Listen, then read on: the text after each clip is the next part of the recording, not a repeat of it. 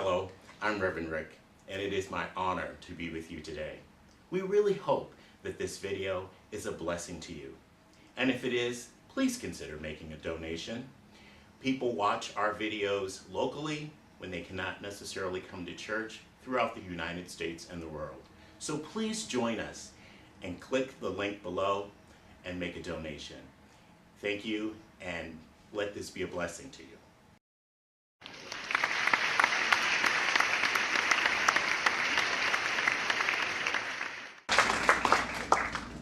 Let us prepare ourselves as you put your hand over your eyes. I open my eyes to see the spiritual truth today. I open my eyes to see the spiritual truth today. I open my ears to hear the spiritual truth today. I open my ears to hear the spiritual truth today.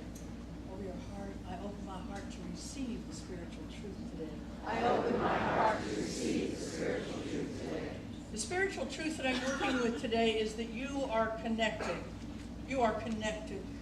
Your individualized spirit is connected to Great Spirit. You are connected to the person sitting next to you. You are connected to the poorest person in the world and the richest person in the world. You're connected to Mahatma Gandhi and to every soldier in every uniform in every spot on this globe. You are connected. There's only one of us. This whole idea that you are connected is actually a basic science of mind teaching. And it's being taught, you know, I don't talk about it very often, but we are part of a 400 member church throughout the United States. We are affiliated with 400 other churches throughout the globe, really. And in addition to that, we have cousins. Much like Christians have under their banner, they have Catholics and Protestants and Baptists and Presbyterians and all kinds of churches under the banner of Christianity. Well, under the banner of New Thought, we have some cousins as well.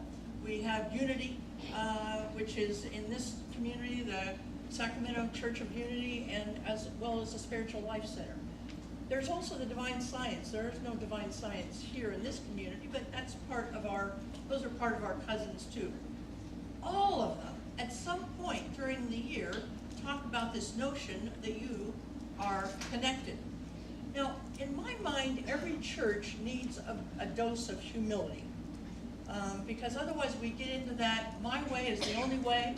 If you don't do my way, you're not going to go to heaven, or you will go to hell, or whatever it is that they want to say. We don't want to get there. You know, many of you have heard my story about humility and the Pope and the Rabbi.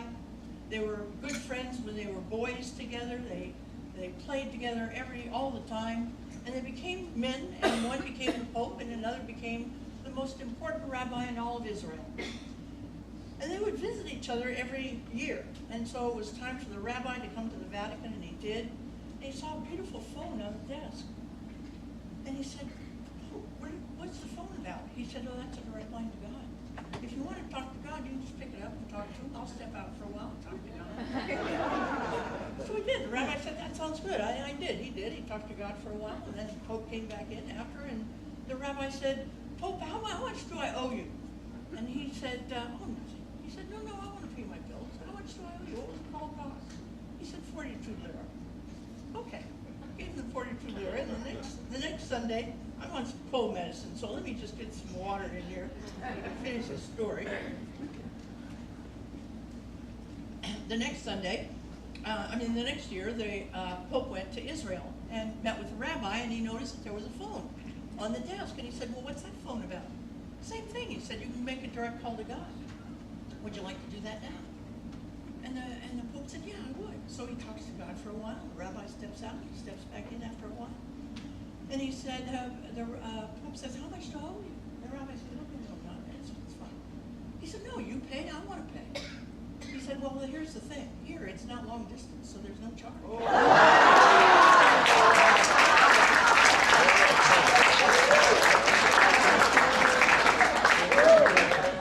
So what is it in our humility? Where do we get our humility?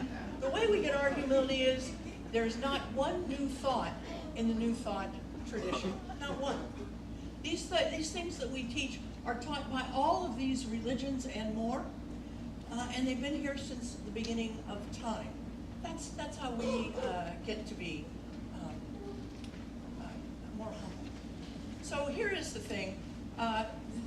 You know that I tell you the 4 things that we believe every Sunday morning when you come here. And I'm going to keep doing that because I think it anchors us for our week.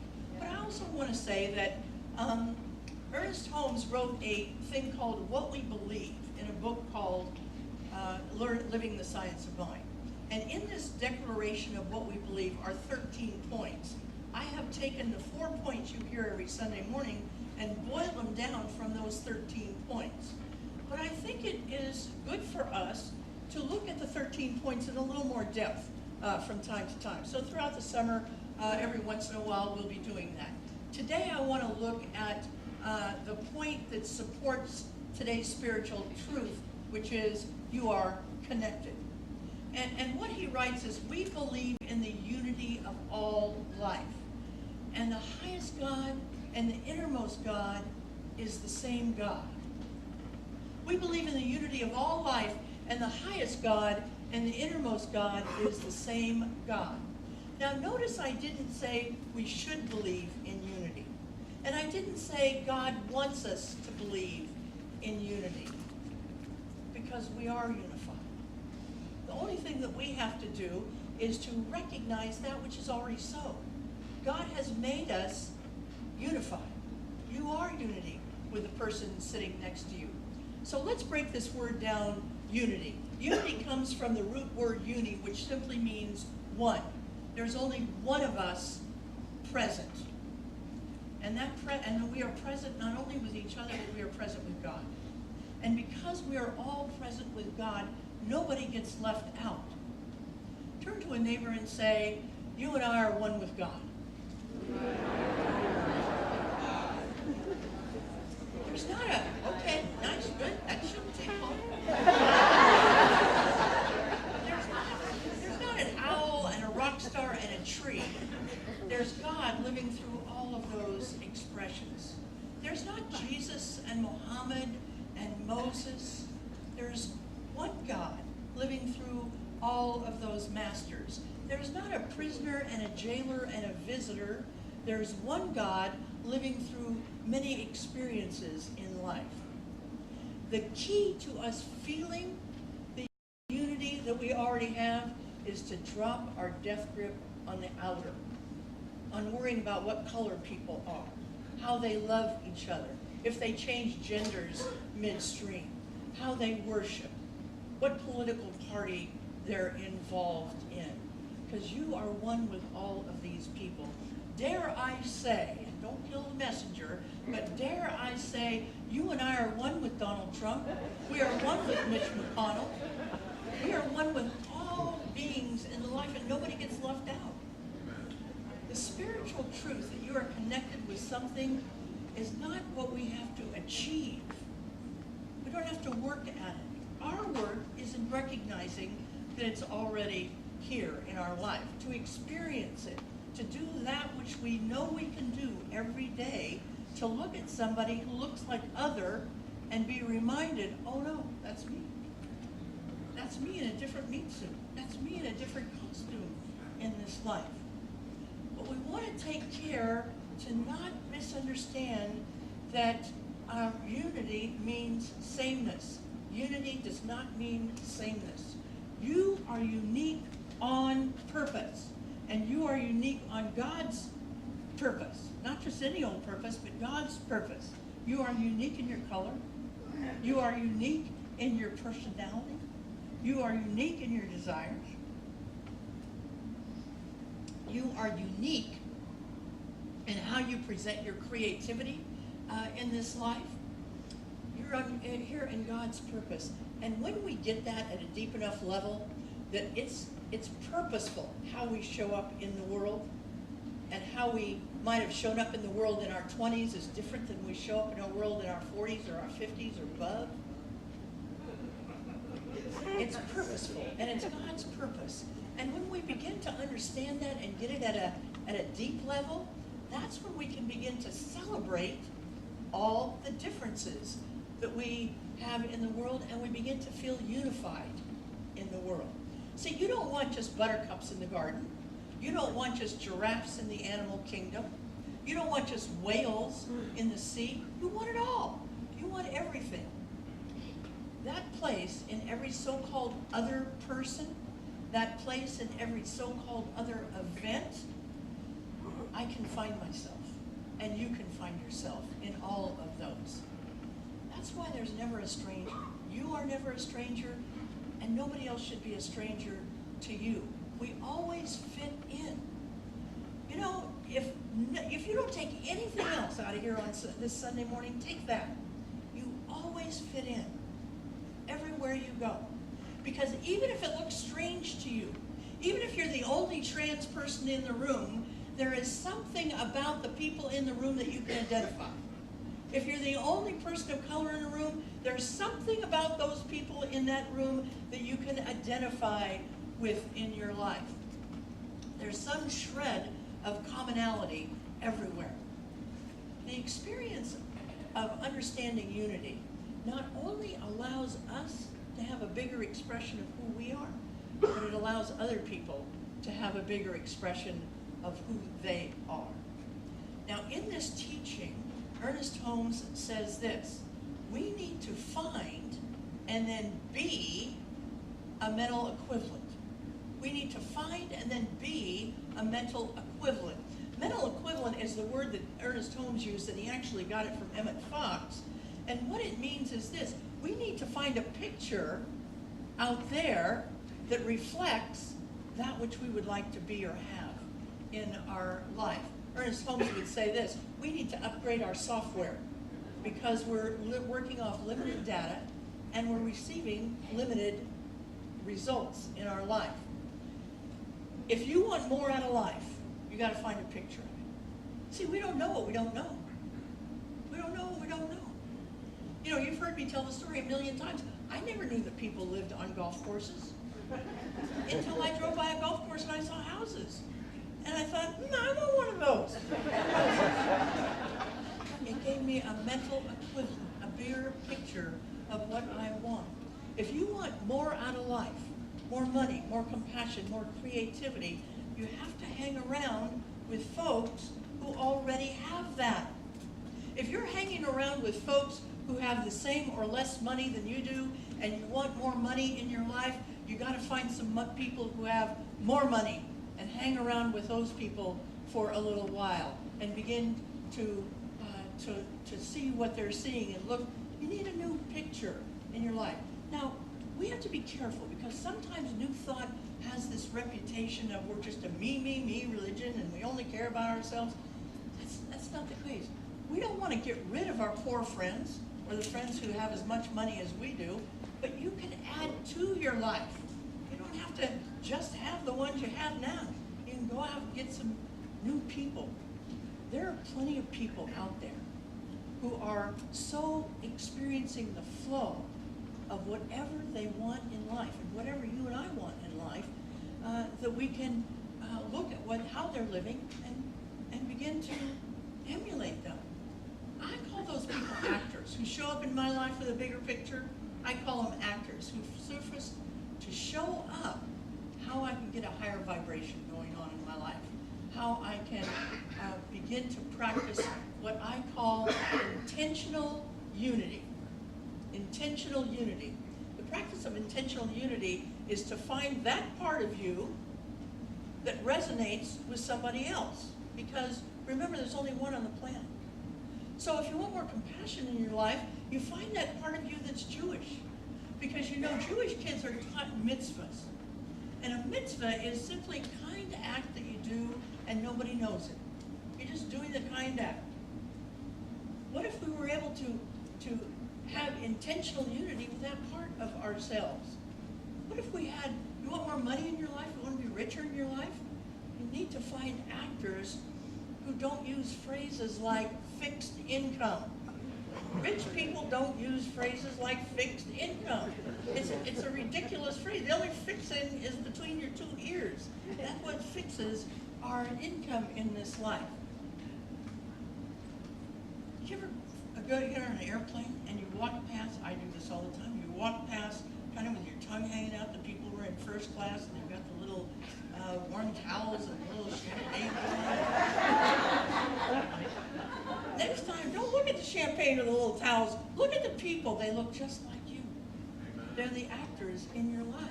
You want to create more health in your life? Find people who are your age, who are healthy, who are doing things, and begin to see how they live in this life. Spy on them. You know, before I became a minister, I worked in the field of aging, and I was asked to go to a focus group on commercials for older people. And so there was one commercial, and the young guy and an older guy were doing a race on the Golden Gate Bridge, and the younger guy says to the older guy, "How do you keep your teeth from chattering on the Golden Gate Bridge? It's so cold out here." He said, "Oh, that's easy. I just put them in my locker before I left."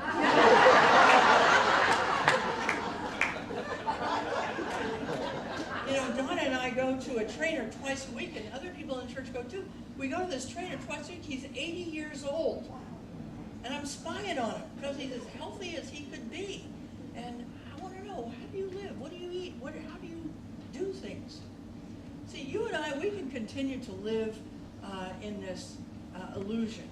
We can continue to live in this illusion that we're so unique, nobody has anything to teach us. Nobody has anything new to show us. We can live in the illusion that our life is so bad that there's nothing anybody can do to help us make it better. But if we do that, we're not going to be able to move forward in our life. We'll get spiritually stuck. There's spiritual gum on our shoes, and you're just not moving anywhere in your life. Now, the reason that I call it intentional unity is because nobody's going to force you into unifying. Nobody's going to force you into recognizing that we're one, that unity is a powerful thing in our life. We have to remember the words of Maya Angelou, who said, "Lord, how can I remember that I am one with the beggars and the bastards in my life?"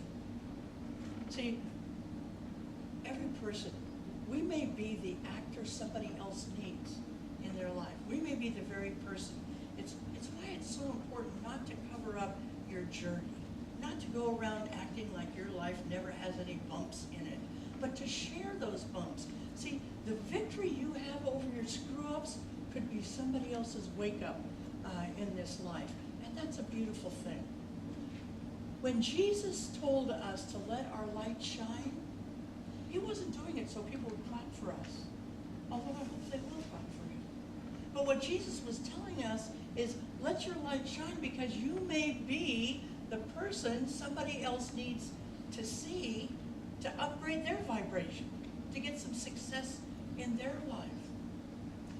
See, we don't have to walk around, telling other people how to do their relationship. That's not what I mean. I mean, demonstrate it. When people see you having a relationship that's honest, that's compassionate, that's passionate, that you tell the truth and you tell it quickly, you've become a mental equivalent for somebody else in their life. You don't have to run around and talk about somebody else's work habits and how bad their work habits are. Just show up every day and work for God. You don't know who's watching. You don't have to give speeches about diet and exercise. Simply eat right and do a little exercise, and people will see it and want to begin to live like you live in your life. Maybe it's cutting up your credit card. Maybe that's how you become an actor in somebody else's life. Maybe that's how you give them a new mental equivalent. Maybe that's how you help them raise their vibration in the life. Well, this phrase that Ernest Holmes used in What We Believe was, we believe in the unity of all life, and we believe the innermost God and the outermost God are the same God. And that's important. He puts it in there because he wants us to know that everywhere we go, God goes. Everywhere we go, we are filled with the presence of God. Now in this church, we even get so bold as to say we are God. We don't believe, we're not bubbleheads, we don't believe that we're all of God, but we do believe God is all of us. But the reason he wrote the innermost God and the outermost God is the same God, is because he knew that there are times when you're not going to be able to find God within you.